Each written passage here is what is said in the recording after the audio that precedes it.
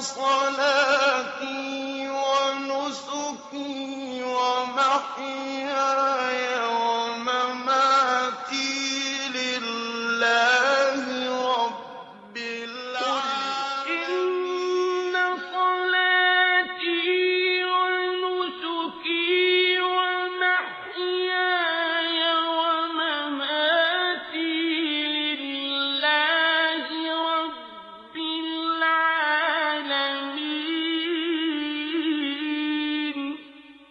Assalamu alaikum wa rahmatullah. Alhamdulillah, wassalatu wassalamu ala rasulillah. Worshipping Allah subhanahu wa ta'ala from head to toe. This is our job on the face of earth. This is how we follow the Prophet alayhi salatu wassalam in the perfect way. This is how we are truthful when we say, Ashhadu an la ilaha illallah wa ashhadu anna Muhammadan Rasulullah. We should be consistent. We should be perpetual when it comes to our actions. We cannot just say one thing and then our life and actions become in a different way. We have to be truthfully living with La ilaha illallah Muhammadur Rasulullah, that we worship none but Allah subhanahu wa ta'ala in all of our affairs, with all the different parts of our bodies, according to the way of the Prophet alayhi salatu wasalam. That's why we need to learn it. We need to have the time to learn how to worship Allah subhanahu wa ta'ala, and then we would need the patience to apply what we learned and to follow the way of the Prophet alayhi salatu wasalam. We have been talking about the tongue, and how we need to use the tongue in the way that will be for the path of Allah subhanahu wa ta'ala according to the way of the Prophet alayhi salatu wasalam, but one of which is the outside appearance, the general appearance of the Muslim. This is important, and this is part of our religion. And this is something that you would find many ahadith of the Prophet sallallahu alaihi wasallam that talks about the Prophet sallallahu alaihi wasallam would say, for example, ilbisu min thiyabikum al-bayad. That means wear from your clothing the color white, the white color, right? وَكَفِّنُوا فِيهَا مَوْتَكُمْ, and wrap your dead in it, right? So this is something, if the Prophet ﷺ said so, that this is part of our religion. Yes, it's a recommended thing, but there's a reason behind it, and that is to keep the Muslim always clean. Because once you have something that the color of it is white, any slight dirt will be very clear. That's why the person would immediately go and wash it. So keeping ourselves physically clean at all times, it's part of our religion. The outside appearance, to be clean at all times. And we learn that when it comes to making the 5 daily salah, for example. We are in state of purity, physical purity, to be away from matters of unclean things, impurities, whether it's on our bodies, on our clothing, the place that we make the salah. This is a condition for the salah to be accepted. The same way physically we're supposed to be clean, we're supposed to be also inwardly clean, to be pure from associating partners with Allah, to be clean from envy, from attachment to other than Allah subhanahu wa ta'ala, from all the different, the hatred towards Muslims and so on. So this is basically one of the attitudes and one of the things that we need to fulfill in our life, and that is to follow the way of the Prophet alayhi salatu wasalam by being clean physically and being clean also inwardly.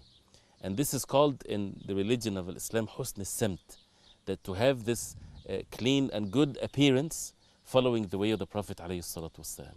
There's a very beautiful statement by Abdullah ibn Mas'ud radiallahu an, and he would never say this unless he heard that from the Prophet alayhi salatu wasalam.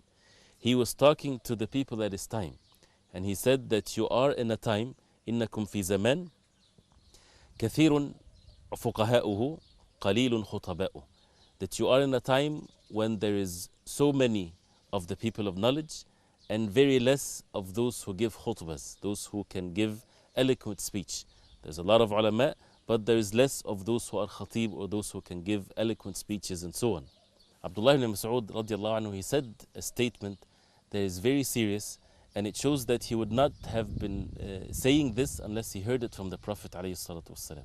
He said radiallahu anhu, talking to the people at his time, إنكم في زمان كثير علماء أو فقهاء قليل خطباء, that you are in a time when there is abundance of the people of knowledge. This is at the time of the companions radiallahu anhu. A lot of scholars, a lot of people of knowledge, and less of those khutaba, those who can give eloquent speech, but not necessarily people of knowledge. And then he said, كثير معطو قليل سؤال, which means you are in a time when there's so many people that are giving for the sake of Allah, spending for the sake of Allah, whether it's their wealth or their effort and time and even their life, They gave their life for the sake of Allah subhanahu wa ta'ala, fighting for the sake of Allah and so on. And you are in a time when there is less people, those who are asking, less beggars, right? They had the honor and the dignity that they would ask less. So imagine this is the type of environment that was present at the time of the Prophet ﷺ. Islam changed their life. There were many scholars. They understood the importance of knowledge. They would give their time to learn the deen of Islam. And there were less among those who can just speak eloquently. And there are so many of those who can give for the sake of Allah and less of those who are asking. And then he said, العمل فيه قائد للهوى. You are in a time when actions is the one that is leading the desires. This is a very important statement. Actions, the deeds of the person is leading the desire. The desire comes behind the actions.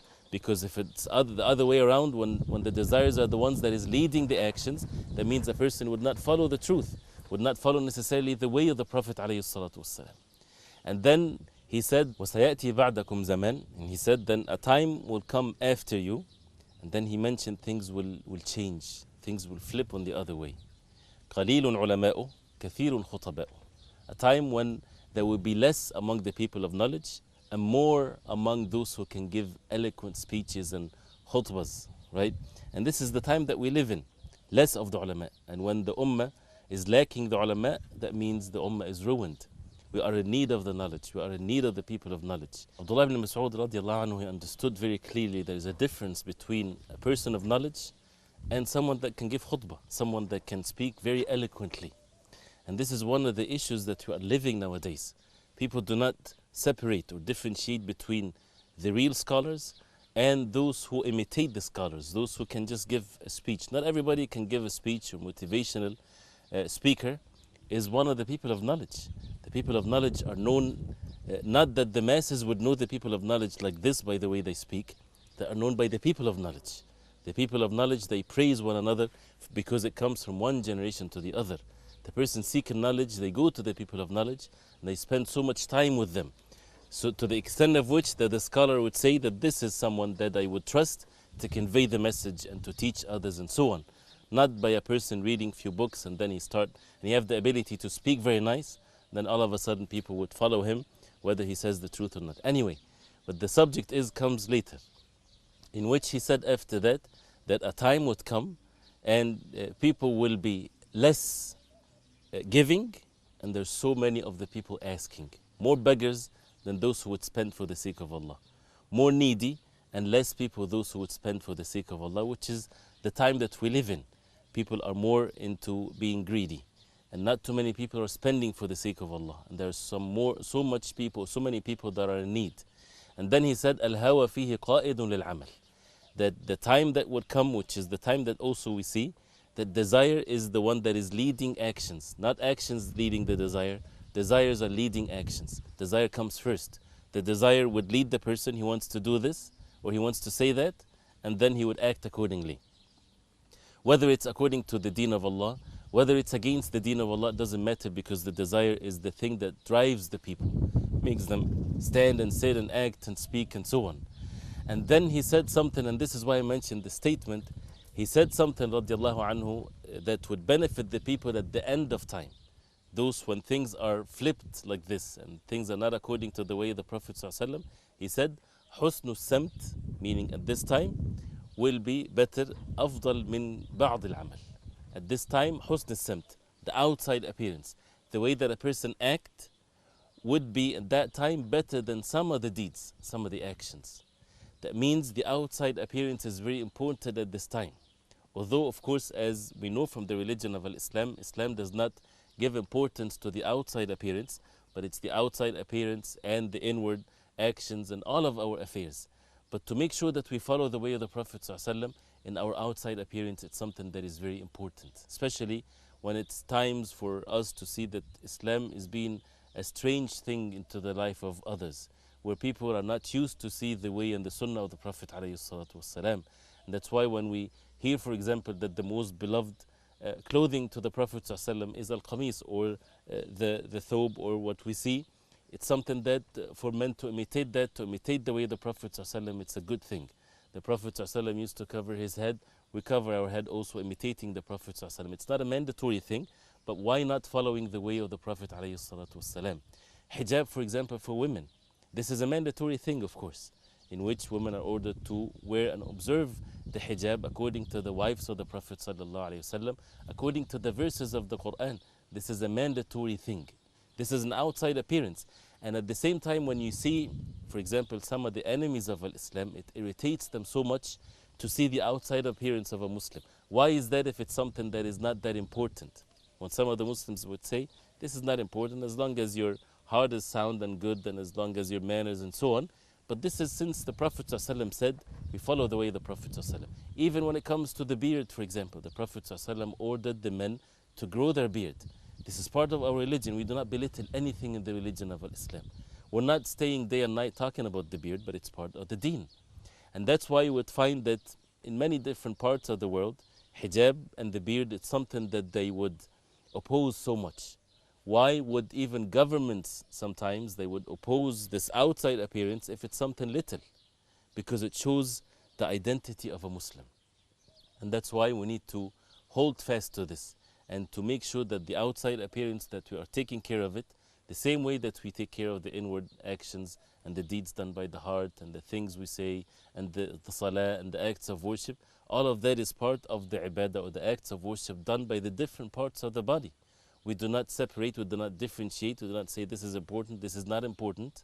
No, we take the whole religion of Islam as a whole and we do the best we can to follow the way of the Prophet ﷺ. We ask Allah subhanahu wa ta'ala to make us among the true followers of Rasulullah sallallahu alayhi wa sallam. Wa sallallahu wa sallam wa barak ala Muhammadin wa ala alihi wa sahbihi wa sallam. Wassalamu alaikum wa rahmatullahi wa barakatuh. قل إن صلاتي ونسكي ومحياي ومماتي لله رب العالمين